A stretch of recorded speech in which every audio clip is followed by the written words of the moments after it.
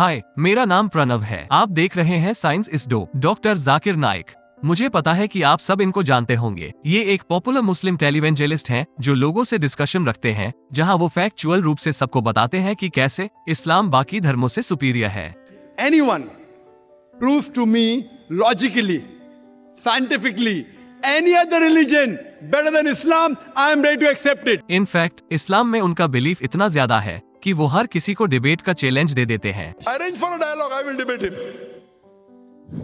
You arrange, I will debate him. If you want to have a lecture, Yes. sure. If you want to have a debate also, we can arrange. Can you? You Okay. can come to All right. Monday. लेकिन अगर सामने वाला accept कर लेता है तो इनके पास पीछे हटने के कई रीजन होते हैं। I personally do not debate with women. You send me the number 1 doctor of divinity in Gambia. और हाँ, ये आपको याद दिलाना नहीं भूलते कि ये एक मेडिकल डॉक्टर है और इसलिए वो जो कुछ भी कह रहे हैं वो सही होना चाहिए। एक और चीज जो ये अपने इस्लाम के प्रोपगेशन में करते हैं, अगर कोई चीज इस्लाम से एग्री नहीं करती तो गलती उस चीज की है, इस्लाम सही है। और एवोल्यूशन ऐसी ही एक चीज है। एक बहुत पॉपुलर वीडियो है, मैं इसे नीचे लिंक कर दूंगा, जिसमें वो एक एक्स मुस्लिम को समझाते हैं कि कैसे एवोल्यूशन सिर्फ एक थ्योरी है। आइए इस पर एक नजर डालें, क्योंकि मुझे लगता है कि यहाँ सीखने के लिए बहुत कुछ है। ऐसी कई चीजें हैं जो स्कूल अच्छी तरह से नहीं पढ़ाते हैं, जैसे कि थ्योरी क्या है, फैक्ट क्या है, एवोल्यूशन एक थ्योरी है या फैक्ट है, और क्या जाकिर नाइक सही है या नहीं। स्पॉइलर अलर्ट, वो नहीं है। What is the stance of Islam on evolution? As far as the question on theory of evolution is come, there is no book so far that I have read which talks about fact of evolution. Theory of evolution means the theory. एक logical fallacy है जिसे हम इक्विवोकेशन कहते हैं। जब किसी word के 2 meaning होते हैं और आप अपने लॉजिक का सपोर्ट करने के लिए इसके गलत मीनिंग का यूज करते हैं, तो ये इक्विवोकेशन फैलेसी कहलाती है। और यहाँ वो वर्ड कौन सा है? जी हाँ, थ्योरी। अब कॉमन लैंग्वेज में थ्योरी का मतलब होता है गैस करना। साइंटिफिक थ्योरी का ये मतलब नहीं है। साइंस में थ्योरी साइंटिफिक मेथड का पार्ट है और साइंटिफिक मेथड दुनिया को एनालाइज और समझने का एक तरीका है। चलिए एग्जाम्पल से समझते हैं। मान लीजिए आपने देखा कि कुछ चीजें पानी में तैरती हैं और कुछ चीजें डूब जाती हैं।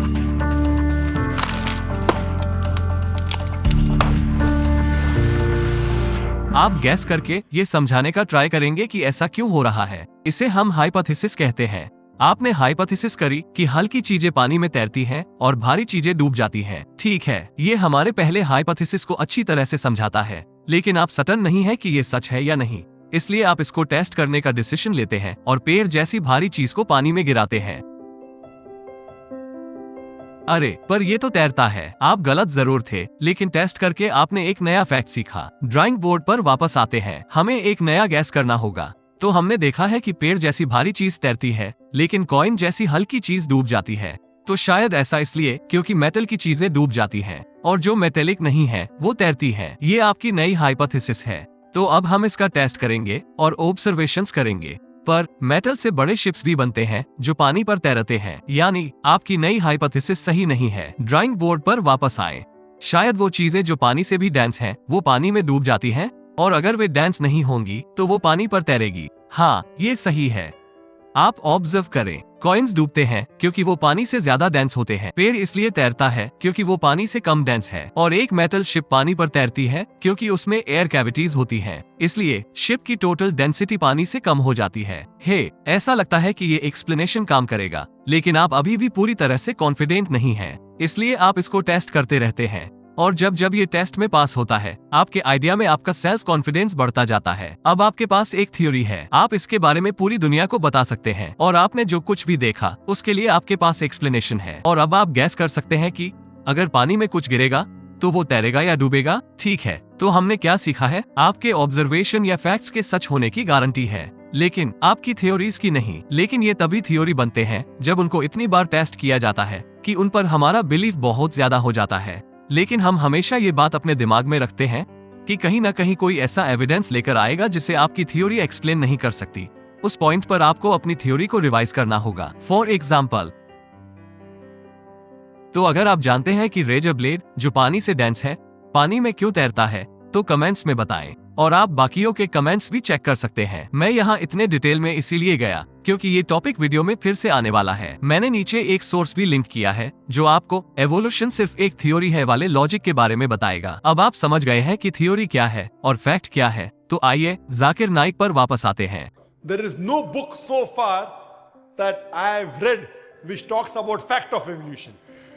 Theory of evolution means the theory. क्या एवोल्यूशन एक ऑब्जर्व किया गया फैक्ट है? जी हाँ, और मैं आपको इसके कई एग्जाम्पल दे सकता हूँ। अगर आप फ्लू शॉट लेते हैं तो अगले साल आपको इसे दोबारा लेना होगा। ऐसा इसलिए है क्योंकि वायरस तब तक इवॉल्व हो चुका होगा और इतना डेवलप हो चुका होगा कि वैक्सीन से बच जाएगा। यही रीजन है कि कॉमन कोल्ड का कोई इलाज नहीं है। यही रीजन है कि हमारे पास एंटीबायोटिक रेजिस्टेंस बैक्टीरिया है। जो बैक्टीरिया एंटीबायोटिक के यूज के बावजूद जिंदा रह जाते हैं, वो अपने जीन्स अगली जनरेशन में ट्रांसफर करते हैं और उस जनरेशन के बचे हुए अगली में करते हैं, जो अगली जनरेशन को सर्वाइव करने में हेल्प करते हैं। और ये प्रोसेस तब तक रिपीट होती है जब तक ऐसे बैक्टीरिया नहीं हो जाते जो एंटीबायोटिक मेडिसिन से रेसिलिएंट हो। तो क्या कुत्तों जैसे बड़े जानवरों में भी एवोल्यूशन देखा जा सकता है?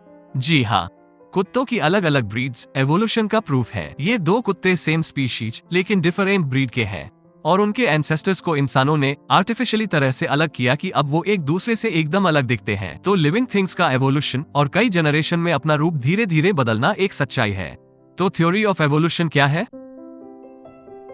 When we talk about theory of evolution, we start thinking of Charles Darwin.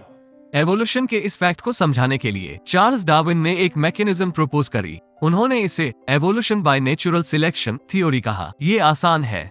वो जीव जिनके पास जिंदा रहने और अपने एनवायरनमेंट में कम्पीट करने के लिए जरूरी ट्रेट्स होते हैं, जैसे फिजिकल स्ट्रेंथ, स्पीड या फिर ये एक सही कलर में होने जितना सिंपल भी हो सकता है, वो ट्रेट्स जिंदा रहते हैं और उन क्वालिटीज को अगली जनरेशन तक पहुंचाते हैं और उस जनरेशन के बचे हुए लोग अपनी क्वालिटीजों को अगली जनरेशन तक पहुंचाते हैं। इसलिए हजारों जनरेशन में ये ट्रेट्स जमा होते जाते हैं और जिससे हजारों जनरेशन में उनमें बदलाव या एवोल्यूशन होता है। इनफैक्ट बैक्टीरिया के एंटीबायोटिक दवाओं से रेजिस्टेंस बनने के बारे में मैंने पहले जो बात करी वो नेचुरल सिलेक्शन का प्रूफ है। और आज हमारे पास कुत्तों की जो ब्रीड है वे नेचुरल सिलेक्शन का नहीं बल्कि इंसानों द्वारा आर्टिफिशियल सिलेक्शन का प्रूफ है। तो fact of evolution, evolution by natural selection. तो फिर बुक्स इसे एवोल्यूशन का फैक्ट क्यों नहीं कहती? मुझे लगता है कि ऐसा इसलिए है क्योंकि इस तरह के आर्ग्यूमेंट के बाहर फैक्ट वर्ड का यूज करना बहुत रिडंडेंट हो जाता है। मैं एक एग्जांपल देता हूँ। जो चीजें गिराई जाती हैं वे गिर जाती हैं। ये एक फैक्ट है, हर किसी को पता है, लेकिन आप इसे फैक्ट ऑफ फॉली तो नहीं कहते। सेम चीज। Of Charles Darwin. He wrote a book called The Origin of Species, and in that book he says that he went on a ship by the name of HMS Beagle and he went on an island by the name of Calotropis. इस island का नाम Galapagos है, कैलाट्रोपिस नहीं। जब भी वो evolution के बारे में बात करते हैं तो ये गलती हमेशा करते हैं। Which went on an island by the name of Calotropis. Charles Darwin went on an island by the name of Calotropis. He goes to an island by the name of Calotropis. ऐसा लगता है कि इन्होंने इस answer को इतनी बार practice और rehearse किया है कि रिहर्सल करते करते उसने ये सारी गलतियां भी सीख ली, क्योंकि आप उनको बार बार वही सेम गलतियां रिपीट करते हुए देख सकते हैं जब भी वो इस बारे में बात करते हैं। And there he saw birds pecking in niches. Now depending upon the niches, the holes they pecked. ये वर्ड नीचेस, डार्विन ने इसका यूज एक क्रीचर अपने एनवायरनमेंट में क्या रोल प्ले करता है बताने के लिए किया था। तो यहाँ ये गलत है। मैं आपको एक एग्जाम्पल देता हूँ। एक बड़े वेजिटेरियन क्रीचर का नीश अफ्रीका में ये हाथी है, नॉर्थ अमेरिका में बाइसन है और ऑस्ट्रेलिया में रेड कंगारू है। अब ये एक जगह बहुत स्पेसिफिक भी हो सकता है, जैसे इस केस में ये बर्ड्स, ये फिंचेस, डिपेंडिंग कि उन्होंने किस टाइप का खाना खाया है। कुछ फिंचों की चोंचें लंबी और पतली थी जो कीड़ों को पकड़ने के लिए सूटेबल थी, और कुछ की चोंचें बड़ी और पावरफुल थी जो नट्स वगैरह को तोड़ने के लिए सूटेबल थी। और इस हाइपोथेसिस ने डार्विन को ये स्टडी करने के लिए प्रेरित किया कि ये वेरिएशन क्यों हुई, और वो ये दिखाने में काबिल थे कि एनवायरनमेंट ने कैसे नेचुरल रूप से उन ट्रेट्स का सिलेक्शन किया जिन्होंने उनको जिंदा रहने में मदद करी। And there he saw birds pecking in niches. Now depending upon the niches, the holes they pecked, the beak became short and long. Based on this observation, he propounded his theory of evolution. He propounded a natural selection. तो मैंने आपको दिखाया कि वो जो कह रहे हैं वो कैसे गलत है, लेकिन इसके अलावा वो जो कर रहे हैं वो स्ट्रॉन्ग मैन फैलेसी कहलाती है। वो डार्विन ने जो कहा उसे गलत तरीके से प्रेजेंट कर रहे हैं। जिस तरह से वो इसे कह रहे हैं ये उसको काफी सिली लग सकता है जो इसे पहली बार सुन रहा है। मैं नीचे एक और सोर्स लिंक करूंगा जो उन सभी गलत मिसकंसेप्शन को एड्रेस करता है जो जाकिर नाइक ने अब तक वीडियो में कहे हैं, और वो भी जो वो आगे वीडियो में कहने वाले हैं। Charles Darwin, he wrote a letter to his friend Thomas Thomson in the 19th century, and he said that I do not have proof as far as my theory of evolution is concerned. There are missing links. मुझे लोगों के science के context में proof word का use करने से दिक्कत है। आम लैंग्वेज में ये एक ऐसी चीज है जो मैं अक्सर देखता हूँ। मैं लोगों को साइंटिफिक प्रूफ जैसा कुछ कहते हुए देखता हूँ। Where unless there is a Western scientific proof about something, people just don't buy it anymore. मुझे इससे कोई प्रॉब्लम नहीं है जब तक लोग इस बात को समझते हैं कि आप साइंस में चीजों को मैथ्स की तरह प्रूव नहीं करते।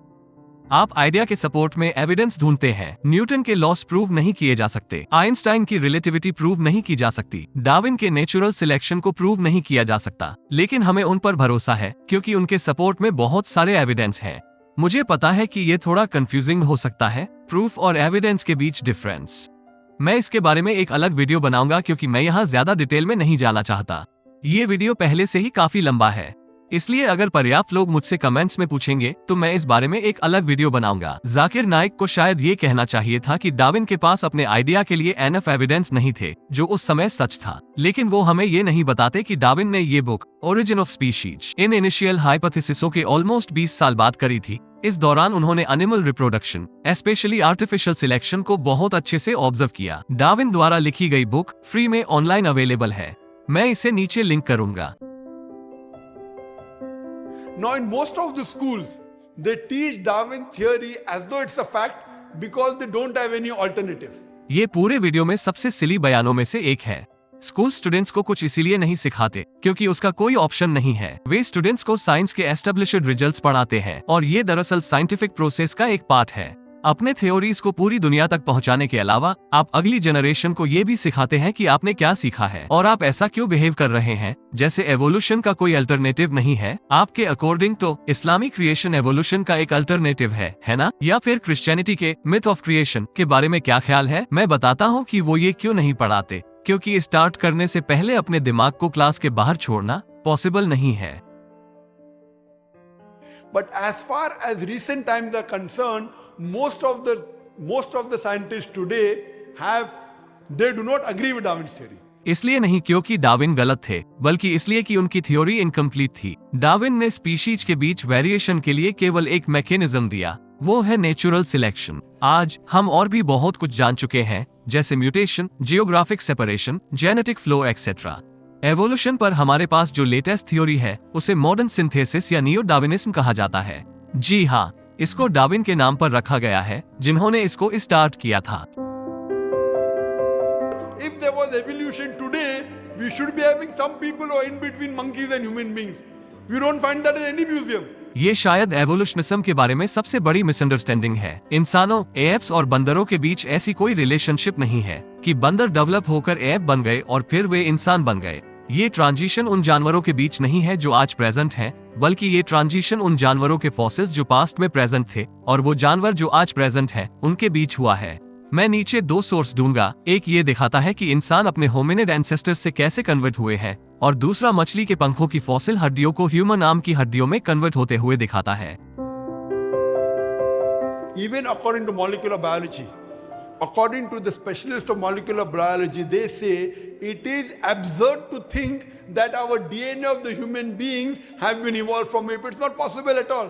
मुझे खुशी है कि आपने मॉलिक्यूलर बायोलॉजी का टॉपिक उठाया, क्योंकि मुझे यकीन है कि आप ह्यूमन जीनोम प्रोजेक्ट से फैमिलियर होंगे, जिसने हमारे पूरे डीएनए को सीक्वेंसेड किया। एक चिंपैंजी जीनोम प्रोजेक्ट भी है जिसने चिंपैंजी के साथ भी ऐसा किया, और आज हम जानते हैं कि इंसान और चिंपैंजी अपना ऑलमोस्ट 98% जेनेटिक मटेरियल शेयर करते हैं। हम बिना किसी डाउट के जानते हैं कि दोनों स्पीशीज एक ही एंसेस्टर स्पीशीज से निकली है, जो ऑलमोस्ट 6 मिलियन साल पहले जिंदा थी। मुझे लगता है कि मॉलिक्यूलर बायोलॉजिस्ट आपको ये बताना भूल गए।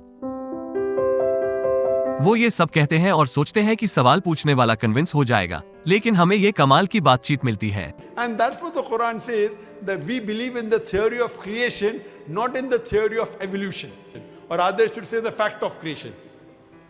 Hope that answers the question, brother. No. So where was what did you not understand? What you say It is true. It was true. 150 years ago, it was true. It's not Darwin's theory anymore. 150 years worth of research with the latest scientific advancements that it's not what you're saying. When my professor shows me proof, it's not just from apes, which is completely certain. When you see proof how the common cold evolves, when it changes its own morphology, it's evolving its defense mechanisms against today's latest vaccine. Brother, That's let me tell you one evolution thing. right there. Let me tell you one thing. It's not Darwin's theory Let me anymore. tell you one thing, brother. I am a medical doctor. वो एक medical doctor हैं दोस्तों, उनके साथ अड़ने की कोशिश मत करो। And there are many researches being done. If it turns out to be a fact, it has to come in the medical college. It is in the Even- medical college. it's- I'm taught it this is- in you- university. By the basic you saying theory of evolution, it means it's an hypothesis. No. It is not yet a thought. There's it's a not yet a difference. fact. There's a difference between hypothesis and theory. A theory is something in science that has the highest honor. When something gains the word theory, it's fact. The theory, in theoretical terms, it's the theory of gravity, but we don't say it. We just say it fact. Same way sorry, we which say one? the fact of fact Sorry, of what did you say? Theory of what? gravity. If you say it in theoretical terms, but it's No the, theory of gravity. It's a law of gravity. I'm sorry. Law. I'm sorry. It's the law of Your- evolution. I'm sorry. Your knowledge of science is very weak. It is Boyle's law. It is not Boyle's theory. It is Archimedes' principles. It's not Archimedes' theory.